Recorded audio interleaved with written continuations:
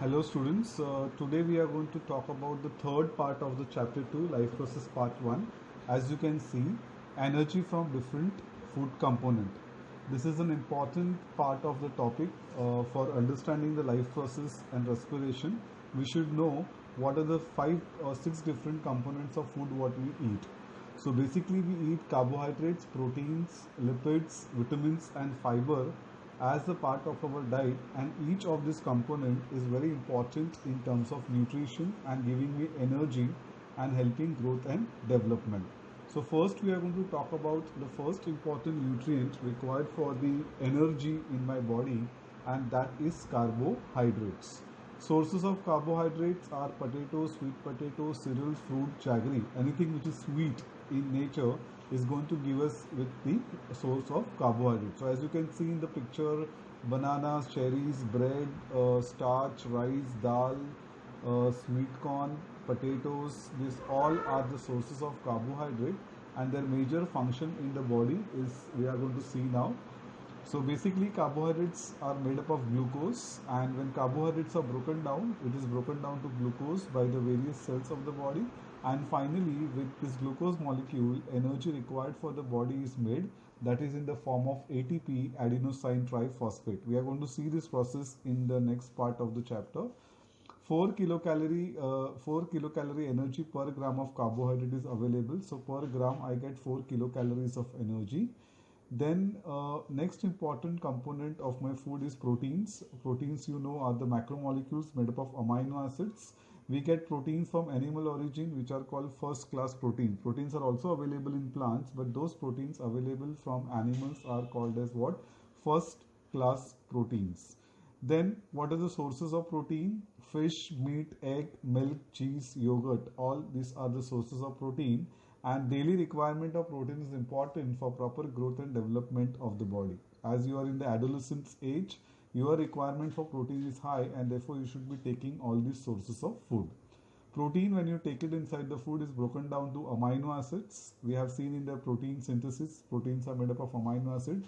Then these amino acids are taken to each and every cells, and then body makes its own protein, which helps in proper growth and development of the body. So that is how protein is important for the body. Proteins are made up of amino acid, which makes skin protein called melanin and hair protein called keratin. Our bone has a protein called ozine. Cells have protein which makes cell membrane. Pancreas has insulin as a protein, as a hormone. Trypsin is a protein. Pituitary gland has various hormones which are protein. Muscles have actin and myosin protein. Blood has hemoglobin and antibodies to fight against disease. All are the sources of proteins which are made up of amino acid. If I take 1 gram of protein, I am going to get 4 kilocalories of energy. So this is what we should know. Then we come down to the next important component of food, that is lipids. So all the fatty acids or oily or ghee like substances what we eat in our food is going to contribute to the lipids in the food. So what are lipids? When you eat a lipid rich food, it is broken down to fatty acids, and then it is taken to the various parts of the body wherever it is necessary, like my abdominal region where adipose tissue is there, where this extra fatty acid is stored. It gives a protective covering our lungs, heart and everywhere, and that is why it is important source of energy also, and going to help me in doing different activity also. Phospholipids, which forms fatty acid, are part of plasma membrane of the cell. Fatty acids forms hormones like progesterone, estrogen, testosterone, aldosterone. These all hormones are made up of fatty acid, and that equally shows the importance of fatty acids in our body.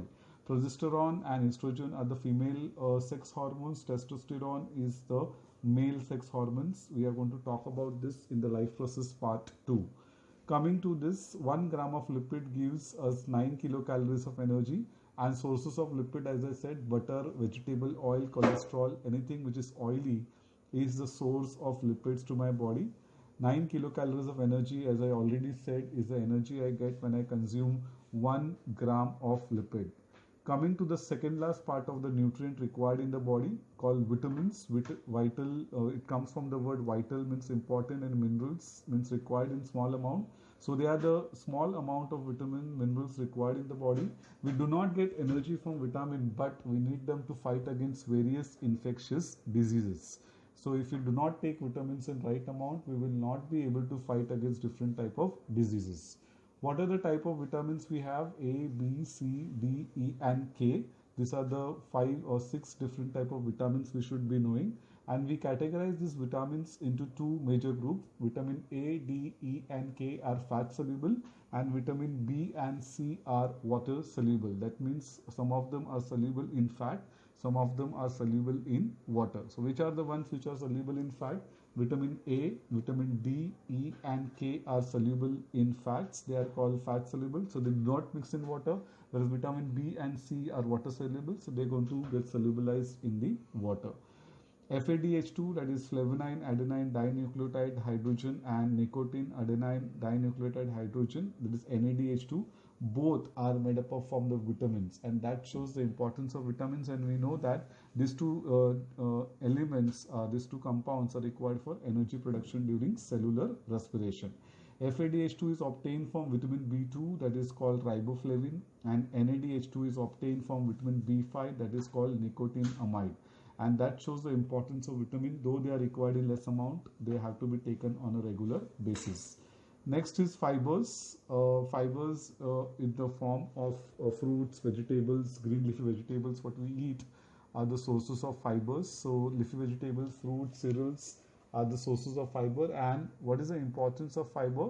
As we have studied in lower class also, fibers are required for passage of motion smoothly. So whatever fecal matter or whatever waste matter produced in my body, if it needs to be released outside the body smoothly, I need to have fibers in my body, and that is the source green leafy vegetables and fruit.